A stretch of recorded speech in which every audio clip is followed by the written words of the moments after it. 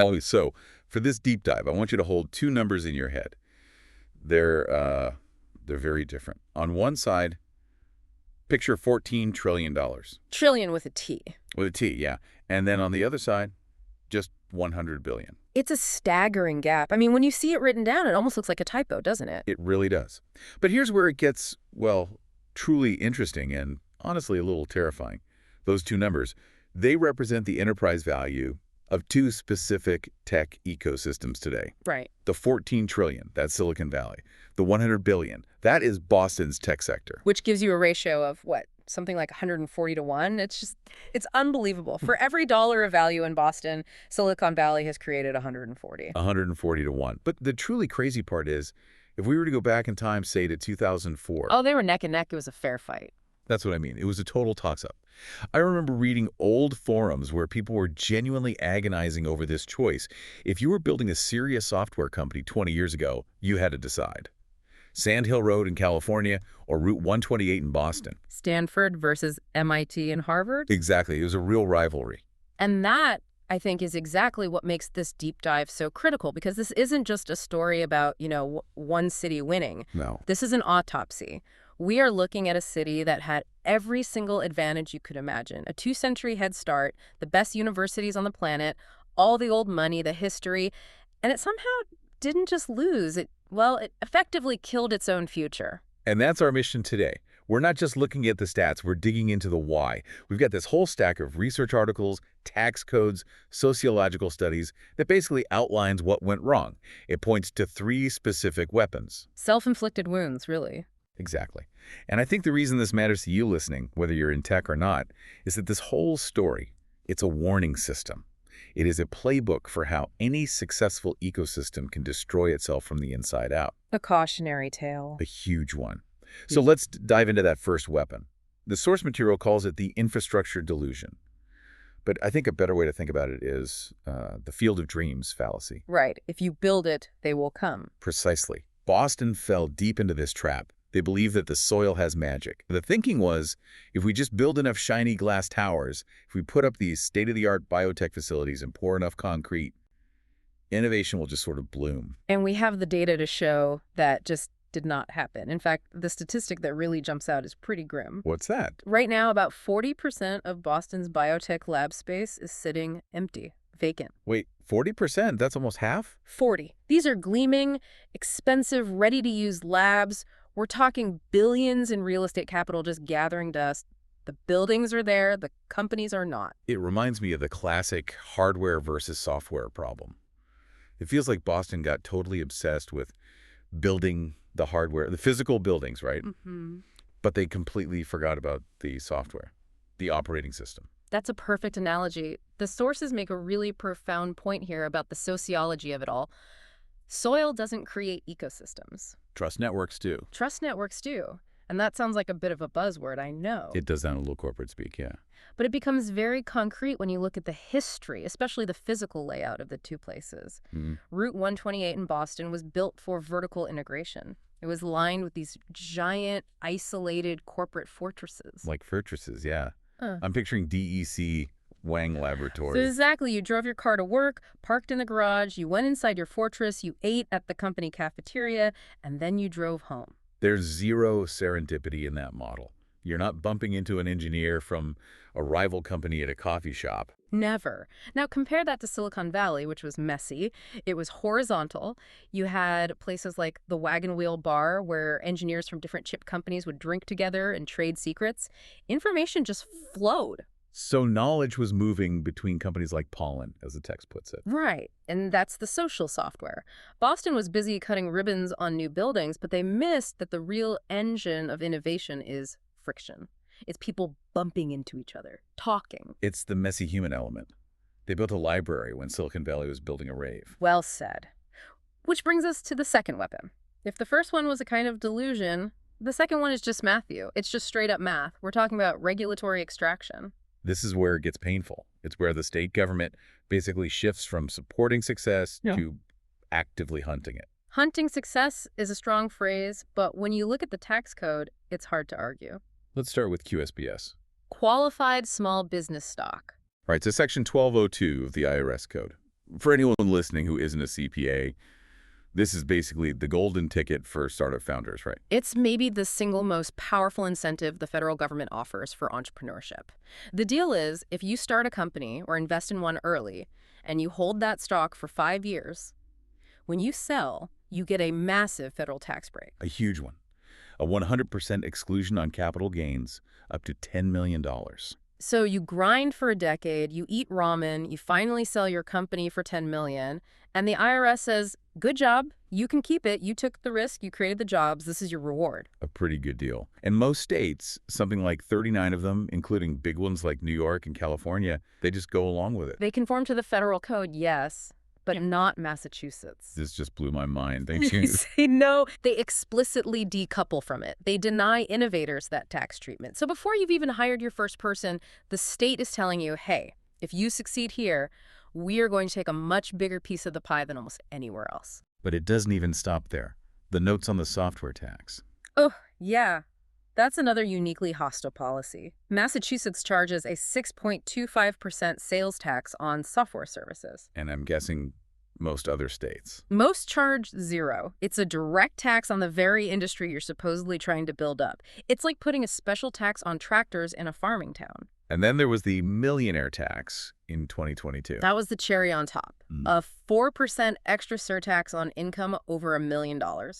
On top of everything else. Now, I can hear people saying, well, if you make $1 million, you can afford it. Yeah.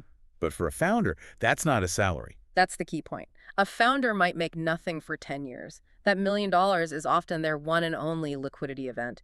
It's the sale of their life's work. So when you do the math, and the sources lay this out, if I sell my company for $10 million, you're paying almost $1 million more in taxes in Massachusetts than you would in, say, Texas or Florida.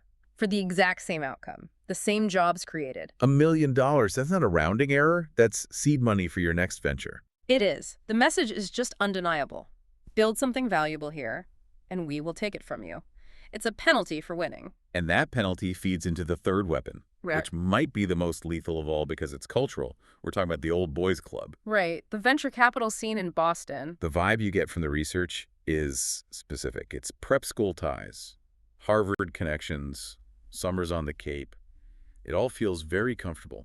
And very closed. The criticism is that Boston VC became about protecting the last big thing, not funding the next big thing. They coordinate more than they compete. It's clubby. They want safe bets. Singles and doubles, not the crazy home run swings that might also strike out. And we have the data to back this up. It's not just a vibe. What does the market share look like? Okay, so back in 1995, Silicon Valley had about 22.6% of the U.S. venture capital market. Boston had 9.9%. All right, so about half the size, but still a huge player. Right. 10% of the entire country's VC. A dominant force. But fast forward to today, the Bay Area has exploded to nearly 50% of the market. And Boston? I'm almost afraid to ask. It's still at 10%. It hasn't moved. 3 decades of explosive tech growth. The internet, mobile, AI, and Boston has made 0 progress in market share. That is actually wild. 3 decades of total stagnation. That points to a deep structural problem. And there's a leading theory on what that problem is from a Berkeley professor named Annalise Saxenian. Oh, this is regional advantage, right? The tale of two cultures. That's the one. She pinpointed one single legal difference that changed everything. Non-compete agreements. Those nasty clauses in your contract that say if you leave, you can't work for a competitor for a year or 2. Exactly. And Massachusetts enforced them with an iron fist. Yeah. If you had a great idea at a Boston tech firm, you couldn't just leave and start a rival company. You'd get sued into the ground. The talent was locked down.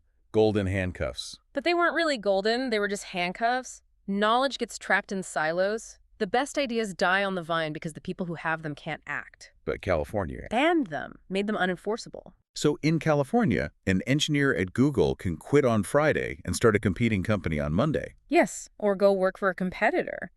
And that made companies paranoid, but in a healthy way. How so? It created speed. It meant you had to treat your best people incredibly well or they would leave. And ideas cross-pollinated constantly. It kept everyone hungry. And this is what gave us the PayPal mafia. That is the ultimate outcome. Elon Musk, Peter Thiel, Reid Hoffman. They didn't stay at PayPal. They left, took their knowledge and their capital, and created Tesla, SpaceX, LinkedIn, YouTube, Yelp. A perpetual motion machine of entrepreneurship. And meanwhile, Boston's non-compete culture gave them Yeah. stability that turned into rigor mortis. They chose to protect IP instead of spreading it. Okay. And in the long run, the open system beat the closed system by nearly $14 trillion. It's just a tragic contrast, and this leads us to the direct result of all this, the exodus, the talent drain. It's not just numbers at this point, it's names, the biggest names. I was shocked reading the list of people who were right there in Boston and just left. I mean, Mark Zuckerberg, Started Facebook in his Harvard dorm, left for California without even graduating. Drew Houston, Dropbox, he was at MIT, Left. the Stripe founders, the Collison brothers, in Boston's for school. Left. But the one that really stings, I think, has to be Y Combinator. Oh, absolutely. That's a killer. For anyone who doesn't know, Y Combinator is the most famous startup factory in the world. It gave us Airbnb, Reddit, Coinbase. And Paul Graham started it in Cambridge, Massachusetts. He did. The first batch of companies was right there. But Graham himself has written about this. He said he felt like he was fighting gravity in Boston, that Silicon Valley felt like the center of the world for what he was doing, so he packed up the whole thing and moved. That is the definition of losing your center of gravity. And it's not just the tech billionaires. The sources point to a blue-collar example, too. Yeah. SynCorp White. Yeah, that's an important one. This isn't just about software. SynCorp White is a manufacturing company. Real machines, real logistics. They were looking to expand. They thought about staying in Massachusetts. But Ohio came calling. And what was the difference? Ohio offered incentives, tax breaks, a welcome mat. Massachusetts offered paperwork. So they left. They took the jobs and went to Ohio. And the most recent numbers from 2024 and 2025 show this is not some historical trend. It's accelerating, isn't it? It's getting worse. In 2024, Massachusetts lost 8,200 tech jobs, second largest decline in the entire country. Wow. Boston VC investment dropped 17% in the first half of 2025. Fundraising hit a 10-year low. But here's the stat that should be a 5-alarm fire. 50% of AI graduates trained in Massachusetts leave the state. Half of them.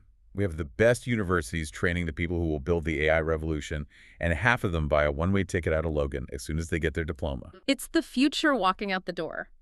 There's a quote in here from Lily Lyman at _VC. She says the Bay Area is having a palpable center of gravity moment with AI. Palpable, you can feel it. And you can feel the absence of it in Boston. So let's step back. We've got the hardware without the software, we've got the penalty box for success, and we've got the closed-off, clubby culture.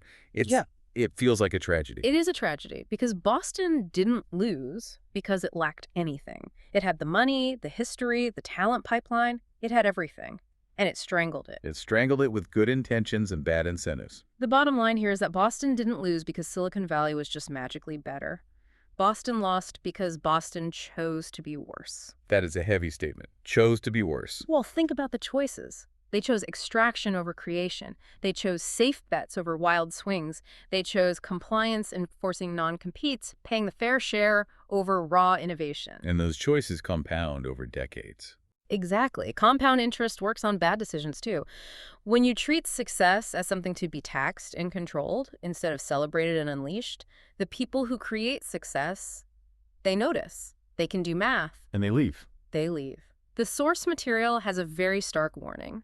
When a civilization punishes creators and rewards parasites, the life force of innovation dies. That's chilling. It's dramatic, but when you look at the 140-to-1 ratio, the data kind of supports it. So if you're listening to this, maybe you're not in Boston, maybe you're not in tech, why should you care about this story? You should care because this is a universal playbook on how to destroy an ecosystem. This applies to your city. It applies to your company. It applies to your team. How do you mean? Every organization faces these same choices, just on a different scale. Do we invest in the trust network of our people, the messiness, or just build fancy new offices?